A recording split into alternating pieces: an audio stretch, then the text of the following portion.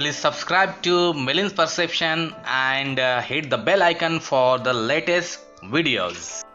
In this video, I'm going to tell you that how you can make your channel subscription link. So what's up guys, my name is Milind and you're watching my YouTube channel Million's Perception. I welcome you all to another video. So in this video, I'm going to teach you that how you can make the subscription link of your YouTube channel, and you can make it on your mobile phone within 1 minute.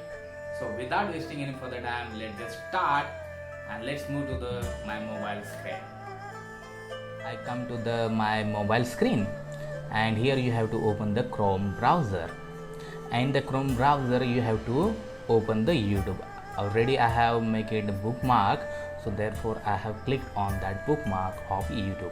Then you have to open your YouTube channel, and then you have to click on the desktop view. Actually you can also do these steps in your computer screen. Here you can see that already I have made that website, and I have clicked on that. Automatically it asks to the yes. So you have to just click on your channel button, and you have to copy this URL, and then you have to paste here. And you can see here I have typed here underscore subscribe equal to question confirmation.